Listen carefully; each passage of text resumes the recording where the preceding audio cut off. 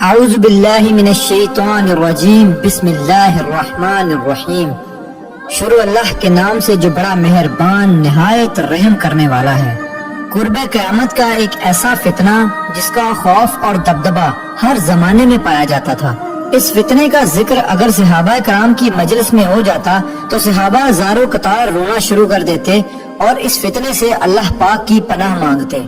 دوستو، آج کی اس ویڈیو میں میں بات کروں گا اس کائنات کے سب سے بڑے فتنے کی، یعنی دجال کی۔ یہ دجال کون ہے اور دجال حقیقت میں کس شخصیت کا نام ہے؟ دجال کی پیدائش کب اور کیسے ہوئی اور دجال کے ماں باپ کون ہیں؟ اور کیا حضور پاک صلی اللہ علیہ وآلہ وسلم کے زمانے میں بھی دجال موجود تھا؟ دجال اس وقت کہاں ہے اور دجال اس دنیا میں کب ظاہر ہوگا؟ دوستو، ان سارے سوالوں کے جواب آج کی اس ویڈیو میں آپ کو قرآن و حدیث کی روشنی میں بتاؤں گا، لہٰذا آپ سے درخواست ہے کہ میری اس ویڈیو کو پورا اینڈ تک ضرور دیکھیے گا۔ دوستو، نبی پاک صلی اللہ علیہ وآلہ وسلم نے ارشاد فرمایا کہ قیامت اس وقت تک قائم نہیں ہوگی جب تک کہ دجال اس دنیا میں ظاہر نہ ہو جائے۔ دجال کی ظاہری نشانیاں اور شکل و صورت کے بارے میں نبی پاک صلی اللہ علیہ وآلہ وسلم نے ارشاد فرمایا کہ دجال چھوٹے قد کا ہوگا اور وہ بدصورت ہوگا، اور وہ ایک آنکھ سے اندھا ہوگا اور اس کے دونوں پاؤں ٹیڑھے ہوں گے، اور اس کے جسم میں بہت زیادہ بال ہوں گے، اس کے سر کے بال گھنگریالے ہوں گے اور اس کا رنگ سرخ یا گندمی ہوگا، اور اس کی ناک طوطے کی چونچ جیسی ہوگی۔ اور دجال کی سب سے واضح نشانی یہ ہوگی کہ اس کے ماتھے پر کاف فا را لکھا ہوگا، جس کو ہر مسلمان پڑھ لے گا، چاہے وہ پڑھا لکھا ہو یا پھر ان پڑھ ہو، لیکن کافر اور فاسق لوگ اس کو نہ پڑھ سکیں گے۔ دوستو، دجال جب اس دنیا میں ظاہر ہوگا تو لوگوں کے سامنے وہ پرہیزگار بن کر رہے گا تاکہ لوگ زیادہ سے زیادہ اس کی پیروی کریں، لیکن اندر سے وہ کافروں کی طرح ظالم ہوگا۔ دجال سب سے پہلے نبوت کا دعویٰ کرے گا، جب اس کے ماننے والوں کی تعداد زیادہ ہو جائے گی تو اس کے بعد یہ خدائی کا دعویٰ کر دے گا۔ دجال ایک بہت بڑی سواری پر سوار ہو کر پوری روئے زمین پر گردش کرے گا۔ وہ سواری اتنی بڑی ہوگی کہ اس کی آنکھوں کا درمیانی فاصلہ 40 گز ہوگا۔ دوستو، دجال کے پاس بے شمار طاقت اور بے شمار مال و دولت کے خزانے ہوں گے۔ اس روئے زمین کی زیادہ تر نہروں پر اس کا قبضہ ہوگا اور اس کی اجازت کے بغیر کوئی بھی پانی نہ پی سکے گا۔ یہ لوگوں کو گمراہ کرنے کے لیے طرح طرح کی شودہ بازیاں دکھائے گا۔ یہ آسمان کو حکم دے گا تو وہ بارش برسائے گا، یہ زمین کو حکم دے گا تو وہ سبزہ اگائے گی۔ اس وقت دجال اپنے آپ کو خدا کہے گا۔ جو لوگ اس کے پیروکار بن جائیں گے ان کو یہ مالا مال کر دے گا اور وہ لوگ عیش و عشرت کی زندگی گزاریں گے، اور جو لوگ دجال کو خدا ماننے سے انکار کر دیں گے تو یہ ان کو قتل کر دے گا۔ دوستو، دجال بجلی سے بھی زیادہ تیز رفتار سے اس زمین کے اندر گردش کرے گا اور وہ دنیا کے ہر کونے میں جائے گا۔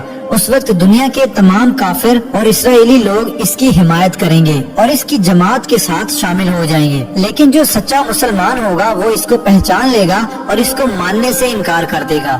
دجال پوری روئے زمین میں فتنہ اور فساد پھیلانے کے بعد مکہ مکرمہ اور مدینہ منورہ کی طرف روانہ ہوگا۔ جب یہ مکہ میں داخل ہونے کی کوشش کرے گا تو اس کو مکہ میں داخل ہونے سے روک دیا جائے گا اور آخر کار مکہ سے ذلیل و خوار ہو کر مدینہ منورہ کی طرف جائے گا۔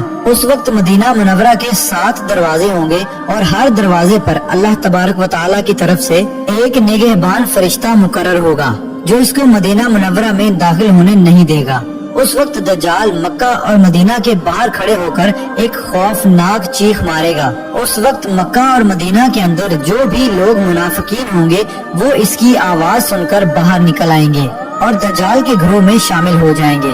دوستو، دجال 40 دن تک دنیا میں رہے گا اور آخر کار امام مہدی علیہ السلام اور حضرت عیسیٰ علیہ السلام کے ساتھ اس کا مقابلہ ہوگا۔ اس وقت دجال کا لشکر دنیاوی اعتبار سے مسلمانوں سے زیادہ مضبوط اور زیادہ طاقتور ہوگا۔ اس وقت مسلمانوں اور دجالی گروہ کے درمیان ایک بہت بڑی جنگ ہوگی۔ اس جنگ کے اندر دجالی ہار جائیں گے اور دجال کے لشکر کو بہت بری طرح ہار کا سامنا کرنا پڑے گا۔ اس وقت دجال حضرت عیسیٰ علیہ السلام سے ڈرتے ہوئے فلسطین کی طرف بھاگے گا اور حضرت عیسیٰ علیہ السلام اس کا پیچھا کرتے ہوئے اس کو مقام لد پر پکڑ لیں گے اور اللہ تبارک و تعالیٰ کے حکم سے دجال کو قتل کر دیں گے۔ دوستو اب بات کرتے ہیں کہ دجال کون ہے اور اس کے ماں باپ کون ہیں۔ دجال کی پیدائش کے متعلق مختلف روایات ملتی ہیں، جیسا کہ نبی پاک صلی اللہ علیہ وآلہ وسلم کے دور کی بات ہے کہ جب مسلمان مکہ سے مدینہ کی طرف ہجرت کر رہے تھے کہ انہی دنوں میں مدینہ کے اندر ایک یہودی عورت نے ایک بچے کو جنم دیا جو کہ پیدائشی کانا تھا۔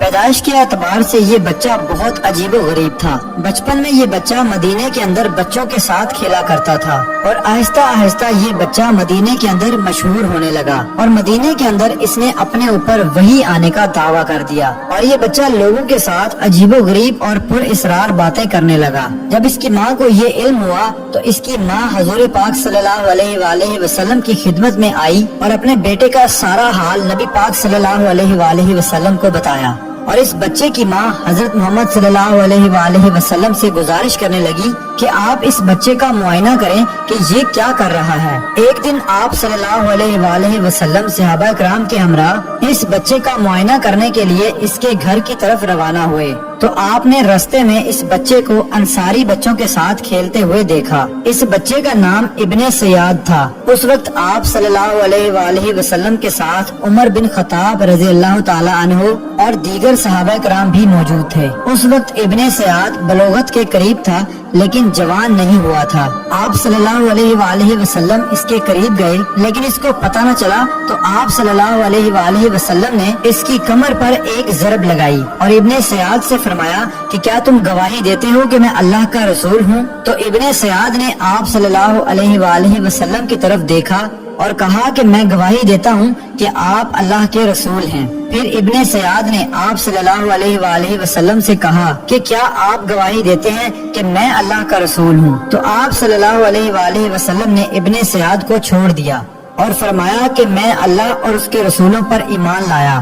اس کے بعد آپ صلی اللہ علیہ وآلہ وسلم نے ابن سیاد سے پوچھا کہ تو کیا دیکھتا ہے؟ تو ابن سیاد نے کہا کہ میں سمندر پر عرش دیکھتا ہوں۔ تو اس وقت آپ صلی اللہ علیہ وآلہ وسلم نے ارشاد فرمایا کہ وہ ابلیس کی چال ہے۔ تو اس وقت ابن سیاد نے حضرت محمد صلی اللہ علیہ وآلہ وسلم کو بتایا کہ میرے پاس سچی اور جھوٹی خبریں آتی ہیں۔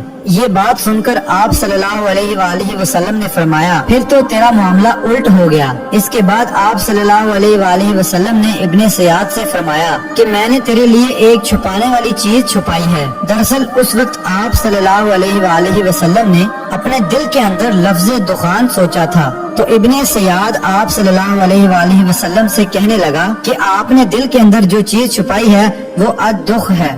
تو اس پر آپ صلی اللہ علیہ وآلہ وسلم نے ارشاد فرمایا کہ ذلیل ہو جا، تیری قدرت بڑھ نہیں سکتی۔ اس وقت حضرت عمر رضی اللہ تعالی عنہ نے فرمایا کہ اگر آپ مجھے اجازت دیں تو میں اس کی گردن اڑا دوں۔ اس وقت آپ صلی اللہ علیہ وآلہ وسلم نے ارشاد فرمایا کہ اسے چھوڑ دو، کہ اگر تو یہ سچا ہے تو اسے قتل نہیں کر سکتا اور اگر یہ جھوٹا ہے تو اسے قتل کرنے میں کوئی بھلائی نہیں۔ دوستو مدینے کے لوگ ابن سیاد کے بارے میں کہا کرتے تھے کہ بعض شیاطین اس کے پاس آتے تھے جو اسے عرش الہی کی خبریں دیا کرتے تھے، جبکہ آپ صلی اللہ علیہ وآلہ وسلم نے ابن سیاد کے بارے میں سکونت اختیار کی ہے، کیونکہ آپ صلی اللہ علیہ وآلہ وسلم کی طرف یہ وحی نہیں کی گئی کہ ابن سیاد کی حقیقت کیا ہے، جبکہ بعض لوگ ابن سیاد کو ہی دجال مانتے ہیں اور چند صحابہ کرام کا خیال بھی یہی تھا۔ اور ایک دوسری روایت میں ملتا ہے کہ حضرت عمر رضی اللہ تعالی عنہ آپ صلی اللہ علیہ وآلہ وسلم کے سامنے ابن سیاد کو دجال کہا کرتے تھے، لیکن آپ صلی اللہ علیہ وآلہ وسلم نہ ہی اس بات کا اقرار کرتے اور نہ ہی انکار کرتے۔ دوستو ابن سیاد کے اندر ایسی بہت ساری نشانیاں موجود تھی جو کہ ہو بہو دجال کی نشانیاں تھی۔ یہی وجہ ہے کہ اس دور کے اندر صحابہ کرام بھی ابن سیاد کو دجال کہا کرتے تھے، اور بعض مفسرین کا یہ کہنا ہے کہ ابن سیاد ہی وہ شخص ہے جو قیامت کے قریب دجال بن کر ظاہر ہوگا۔ حضرت ابو سعید خدری رضی اللہ تعالی عنہ بیان کرتے ہیں کہ ابن سیاد مجھ سے کہنے لگا کہ میں دجال کے ماں باپ کو بھی جانتا ہوں اور دجال کو بھی جانتا ہوں۔ تو اس وقت حضرت ابو سعید خدری رضی اللہ تعالی عنہ نے ابن سیاد سے کہا کہ کیا تو اس بات کو پسند کرتا ہے کہ تو ہی دجال ہو؟ تو اس وقت ابن سیاد نے کہا کہ اگر مجھے دجال بنایا گیا تو میں اس بات کو ناپسند نہیں کروں گا کہ میں دجال بنوں، یعنی کہ میں دجال بننا پسند کروں گا۔ دوستو بعض مفسرین کا کہنا ہے کہ ابن سیاد دجال نہیں ہے، کیونکہ یہ بعد میں آپ صلی اللہ علیہ وآلہ وسلم پر ایمان لے آیا تھا، بلکہ دجال حضرت سلیمان علیہ السلام کے دور میں جنات اور انسانوں کے ملاپ سے پیدا ہوا تھا اور اس کے ماں باپ کو قتل کر دیا گیا تھا، اور دجال کو ایک جزیرے کے اندر قید کر دیا گیا، اور انسانوں اور جنات کے ملاپ سے پیدا ہونے والا بچہ یعنی کہ دجال آج بھی اسی جزیرے پر قید ہے، اور اس کے ساتھ ساتھ شیطان اس کو ہر بات کی وہیں پر خبر دیتے ہیں۔ دجال کی پیدائش کے بارے میں حضرت امام زرکاری رحمت اللہ علیہ بیان کرتے ہیں کہ دجال وہ فتنہ ہے جس کو اللہ تبارک و تعالی نے اس وقت پیدا فرمایا جس وقت حضرت آدم علیہ السلام کو جنت سے نکالا گیا تھا اور دجال کو بنا ماں باپ کے پیدا کیا گیا۔ دوستو حقیقت تو یہ ہے کہ دجال قیامت کے قریب ظاہر ہوگا، اور اس کی جو نشانیاں ہوں گی وہ آپ صلی اللہ علیہ وآلہ وسلم کی احادیث میں واضح طور پر مل جاتی ہیں، لیکن یہ دجال کہاں ہے اور یہ کہاں سے آیا اور یہ کیسے پیدا ہوا اور اس کے ماں باپ حقیقی طور پر کون ہیں، اس کے بارے میں کسی کو کوئی علم نہیں ہے۔ اس کا علم صرف اللہ تبارک و تعالیٰ کی ذات کے پاس ہے۔ اللہ پاک یہ بہتر جانتا ہے کہ دجال حقیقت میں کون ہے اور وہ کیسے پیدا ہوا۔ اللہ تبارک و تعالیٰ سے دعا ہے کہ اللہ پاک اپنے پیارے حبیب حضرت محمد صلی اللہ علیہ وآلہ وسلم کے صدقے ہم سب کو دجال کے فتنے سے بچائے اور ایمان کی سلامتی کے ساتھ ہمیں زندگی گزارنا اور مرنا نصیب فرمائے۔